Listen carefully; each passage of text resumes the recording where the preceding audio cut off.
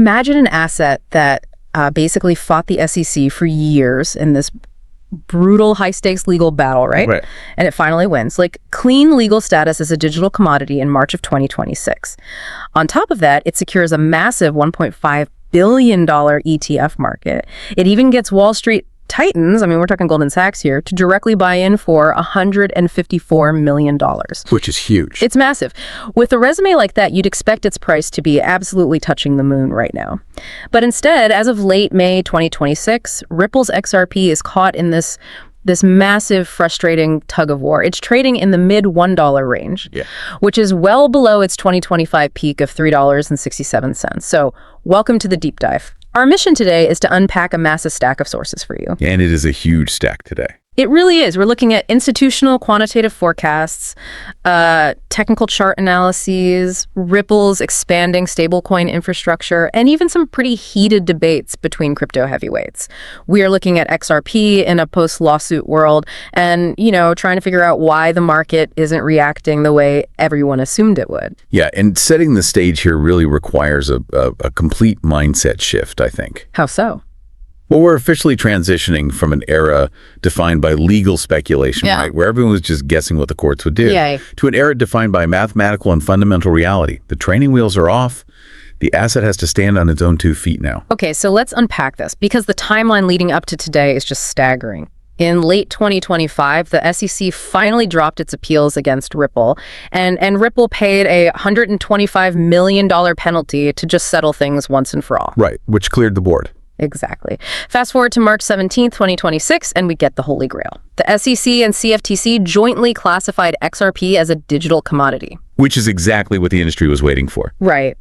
The regulatory discount, as analysts called it, is formally gone. We even have the Clarity Act advancing through the Senate with bipartisan support right now. Yeah. And that's designed to push standard rules and drive institutional money right into assets like XRP. And, the data points straight to that institutional money already moving. Yeah. If you look at the sources, the CME Group's XRP futures contracts are now clearing tens of billions of dollars in notional volume. Tens of billions. Wow. Yeah, it's not small potatoes. We're also seeing the integration of Ripple Prime with EDX markets. The plumbing for Wall Street is actively being built and utilized. It isn't just theory anymore. So, okay, here is my confusion. If a traditional tech company clears a massive federal lawsuit, integrates with major exchanges, and gets Wall Street backing, I mean, its stock usually goes parabolic, right? Oh, absolutely. It would shoot straight up. Right. So why is XRP acting like a coiled spring that's just stuck under a rock? Well, what's fascinating here is that you just hit on the exact misconception that's fueling a massive debate right now between some of crypto's biggest founders. Oh, really? Yeah.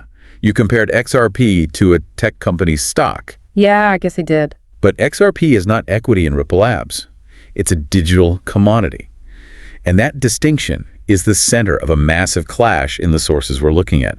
Charles Hoskinson, the founder of Cardano, has been incredibly vocal about this structural reality. What's his main argument against treating it like a stock? He points out that Ripple, like the software company itself, they make money from enterprise contracts, selling banking software, treasury activity. Real corporate revenue. Exactly. But XRP token holders get absolutely no direct benefit from that corporate success. Wait, none? None. Unlike proof-of-stake networks, where, users who lock up their tokens earn a yield from network activity, XRP has no native staking rewards. There are no fee-sharing mechanisms that flow back to the people just holding the coin. Oh, I see. So Ripple's corporate success doesn't equal an automatic payday for the token holders. Exactly. They're completely separate entities in terms of profit, which actually brings us to David Schwartz, Ripple's chief technology officer. Oh, yeah. The $1,000 XRP debate. Yes. He actually stepped in to debunk what he calls the retail dream, because there are people online constantly claiming XRP is going to hit $1,000 a coin. And Schwartz just uses basic market math to dismantle that idea. He brings up fully diluted valuation, or FDV. Right, the total possible market cap. Right, because XRP has a maximum supply of 100 billion tokens. That is the hard cap. If the price per token reaches $1,000, that implies a fully diluted market capitalization of $100 trillion. 100 trillion? I mean, that surpasses the entire global money supply. That's more money than actually exists in the world. The math just completely breaks down. And Schwartz's point isn't that XRP can't grow. right? It's that these parabolic $1,000 targets ignore how settlement assets are actually valued. Right, because it's not a stock. Exactly. As a bridge currency, the XRP needs transactional velocity. It needs rapid turnover. It doesn't gain value just because people are hoarding it in cold storage, hoping to get rich. So it actually has to be used. Yes. Its value comes entirely from open market supply and demand dynamics and its real-world use as an independent cross-border bridge asset, moving capital from point A to point B. So for you listening, it's a really great moment to reflect on your own portfolio.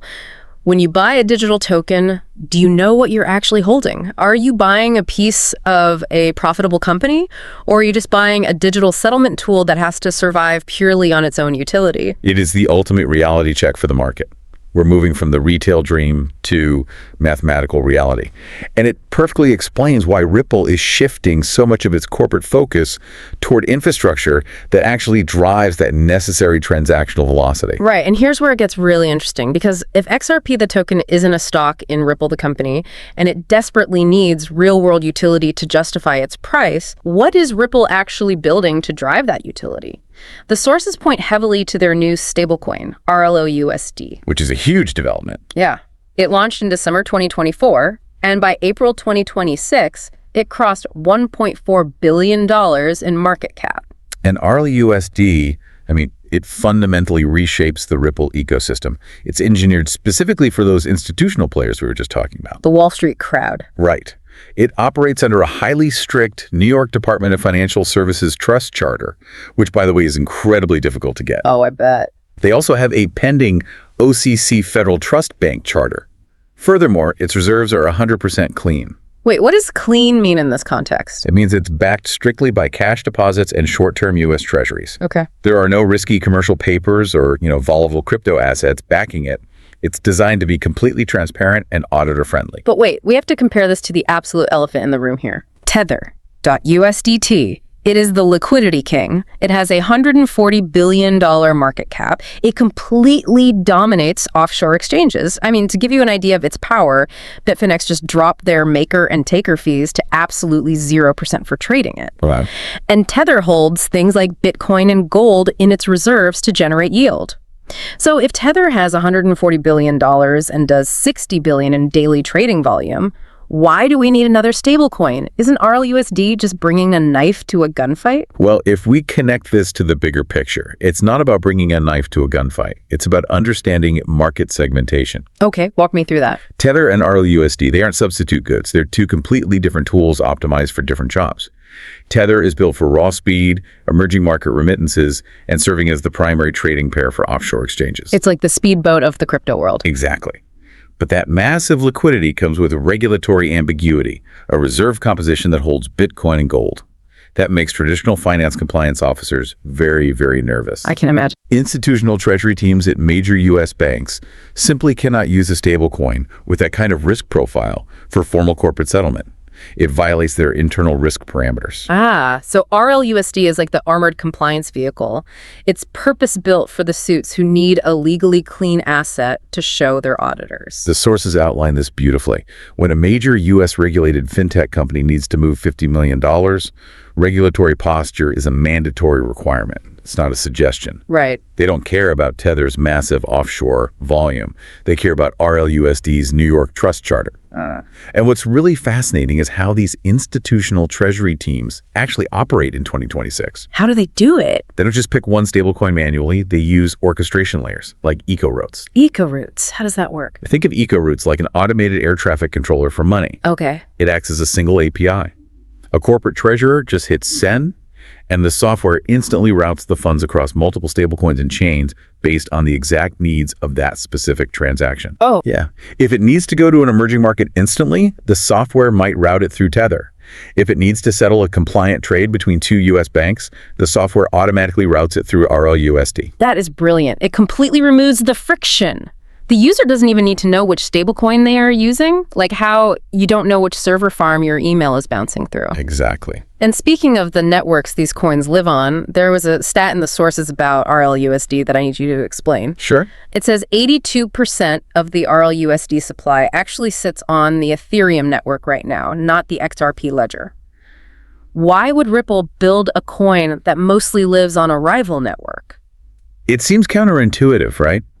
But it reflects where the institutional counterparties and decentralized finance liquidity actually live right now. Because Ethereum's still huge. Ethereum is still the dominant layer for smart contracts. So Ripple is using something called Wormhole's NTT standard, which stands for native token transfers. Okay, what does that cross-chain mechanism actually do? It allows RLUSD to exist natively on multiple blockchains without needing clunky, vulnerable wrap bridges. Oh, that's huge for security. Right. It lets Ripple expand RLUSD across multiple Layer 2 networks like Optimism and Base seamlessly. They are building a truly multi-chain infrastructure.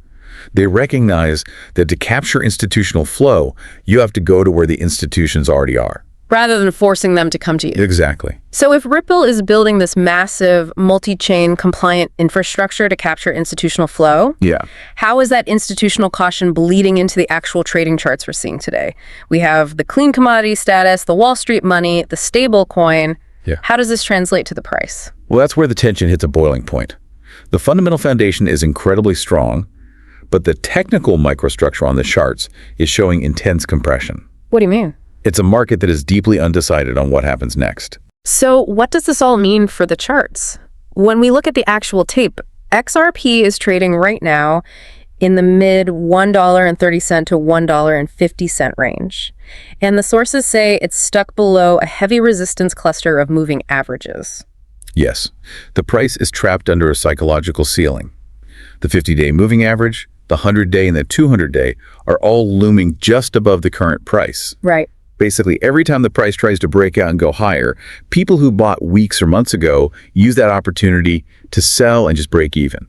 Which pushes the price right back down. Exactly. It creates a heavy lid on the market. And the sentiment data underneath that lid is where the warning lights really start flashing for me. Oh, definitely. Data from Capital.com shows that 94 to 96.4% of retail CFD traders are betting long. First of all, for you listening, let's clarify what a CFD is. It stands for contract for difference. Right. It basically means these retail traders are using borrowed money or leverage to bet on the price going up without actually owning the underlying XRP token. And that is a terrifying metric. A retail sentiment indicator sitting at 96% long on leveraged contracts is historically a powder keg. Why is it so dangerous? Because when a market is that lopsided, it lacks the marginal buyers needed to keep pushing the price higher. Everyone's already in. Right. Everyone who wants to buy has already bought, and they are heavily in debt to do it. If the price drops even a little bit, those traders get margin called by their brokers. And they're forced to sell. They're forced to sell to cover their debts, which drops the price further, triggering more forced selling. It creates a cascading liquidation event. A domino effect of forced selling. Yikes. But the on-chain data, like the actual movement of tokens on the blockchain, presents a totally different story, much more optimistic. Does. The sources highlight that Binance exchange reserves recently dropped from 2.78 billion tokens down to 2.74 billion. Yeah, that's the counter narrative right there. When exchange reserves drop, it means investors are pulling their coins off the trading platforms and taking self-custody. Putting them in cold wallets. Right. You don't do that if you're planning to sell tomorrow. So you have this dynamic where the liquid supply available for active selling is shrinking. While a highly leveraged retail base is betting on a breakout. Exactly. And this intense pressure is forming a massive technical pattern on the charts called a symmetrical wedge. Yeah, a symmetrical wedge is essentially a visual representation of a pressure cooker. Since July 2025, sellers have been willing to sell at lower and lower prices, creating a downward ceiling. Okay. But at the same time, buyers have been stepping in at higher and higher prices, creating an upward floor. These two lines are rapidly converging, squeezing the price into a very tight apex. The buyers and sellers are literally running out of room to compromise. They are. And when they collide, the pressure has to release. The chart analysts in the sources claim that if XRP holds its support and breaks upward, it validates an Elliott wave sequence called wave 5. And they use Fibonacci extensions to project targets of $1.88, then $3.56, and a maximum top of $8.78. Which sounds crazy, but it's important to understand that Elliott waves and Fibonacci extensions aren't just magic lines on a chart. They're mathematical representations of human crowd psychology. How so? They map out the natural rhythm of panic and greed. A wave 5 represents the final euphoric phase of a market cycle where retail excitement completely takes over. Wait, hold on. I have to express some skepticism here. Record it. We are looking at these massive retail targets of $8 based on crowd psychology. And we even have AI bots like Google Gemini and ChatGPT predicting $3 to $5. Yeah. But the sources also show that massive institutional banks like Standard Chartered recently downgraded their target from $8 all the way down to $2.80. But a big drop. Someone has to be wrong here. How can AI and retail be screaming moon while the banks are cutting their forecast by over 60%? Well, the banks are factoring in the broader macroeconomic weather, which retail traders and AI models often just ignore. Like what? Standard Chartered downgraded their target because of sticky inflation. Interest rates remain high. When borrowing money is expensive, institutional capital flows out of highly volatile, risk-on assets. Those high beta assets. Right. And it retreats to safe yields, like government bonds. So the institutions aren't just using retail as exit liquidity, they are genuinely hedging against a tough global economy. Exactly. It's a calculated risk assessment, which is why quantitative analysts map out probability matrices rather than single sensational price targets. Based on the institutional models provided, they are looking at 3 systemic probabilities for this month. Let's hear them. What are the actual odds? First, there's a 20% probability of a wedge breakdown. Okay. If that Clarity Act we mentioned earlier gets delayed in the Senate and high interest rates persist, that heavily leveraged retail group will panic. The dominoes fall, XRP loses its support floor, and the price drops down to around $1.12. Okay, a 20% chance the pressure cooker explodes downward. What is the most likely outcome? The most likely outcome, sitting at a 55% probability, is a consolidated baseline. Which means? In this scenario, nothing dramatic happens. XRP just trades in a horizontal band between $1.32 and $1.48. It remains trapped under those moving average ceilings, supported by quiet, steady ETF inflows, as the market simply waits for larger economic factors, like the Federal Reserve, to make a move. The classic frustrating sideways chop. Yeah, exactly. And the final scenario. There is a 25% probability of a true Wave 5 breakout.